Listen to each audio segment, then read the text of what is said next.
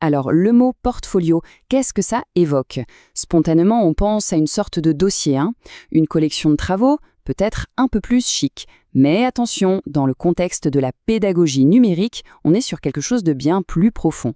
On va creuser un peu pour voir ce qui se cache vraiment derrière ce terme. Et c'est tout l'enjeu. Aller au-delà de cette idée de simple dossier. On va voir que le portfolio, c'est tout sauf un simple lieu de stockage. En fait, c'est un outil dynamique qui est là pour accompagner, pour booster la croissance professionnelle. Donc, est-ce que c'est juste ça, un dossier numérique où on vient jeter ses travaux, une sorte de cloud personnel en gros? Eh bien, la question est bonne, mais la réponse est un grand non. Ou plutôt, c'est beaucoup plus que ça et c'est justement là qu'on va découvrir tout le potentiel de la chose. Regardez, là on a vraiment deux approches complètement différentes. D'un côté, on a le simple dépôt de documents. C'est passif, parfois c'est le bazar, bref, c'est une archive. Et de l'autre, on a le portfolio. Et là, tout change. C'est actif, c'est réfléchi, c'est une vraie démarche structurée qui donne du sens à tout ce qu'on y met. Bon, maintenant qu'on a bien fait le tri, qu'on a vu ce que ce n'était pas, on peut enfin se poser la question, alors c'est quoi exactement? Allons-y, rentrons dans le vif du sujet. Voilà la définition importante. Un portfolio, c'est un espace numérique personnel. Mais attention, ce n'est pas juste pour présenter des choses. C'est aussi fait pour documenter un processus d'apprentissage et c'est peut-être le plus important, pour analyser et améliorer ses propres pratiques.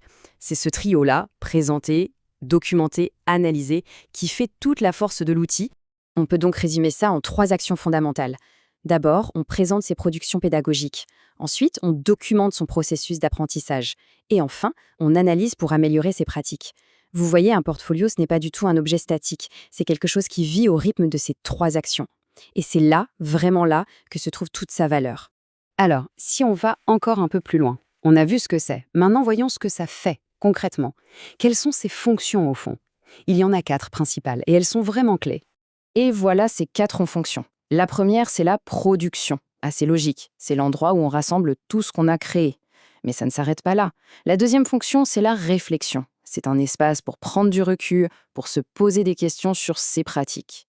Troisièmement, la valorisation. C'est le moyen de partager, de diffuser son travail, d'en être fier. Et enfin, et c'est la boucle qui se boucle, l'apprentissage. Le portfolio devient un véritable outil pour voir l'évolution de ses propres compétences au fil du temps. C'est un cycle complet, vraiment. Ok, d'accord. Le concept est intéressant. Mais maintenant, la question pragmatique. Pourquoi s'embêter à utiliser ça pendant une formation? Quels sont les avantages concrets? C'est ce qu'on va voir. En fait, il y a trois avantages vraiment majeurs. Le premier, c'est que ça aide à structurer toutes les productions qu'on réalise pendant la formation. Fini les fichiers qui traînent partout. Le deuxième, c'est que ça permet de suivre l'évolution de ses compétences. On voit d'où on part et où on arrive. C'est super motivant.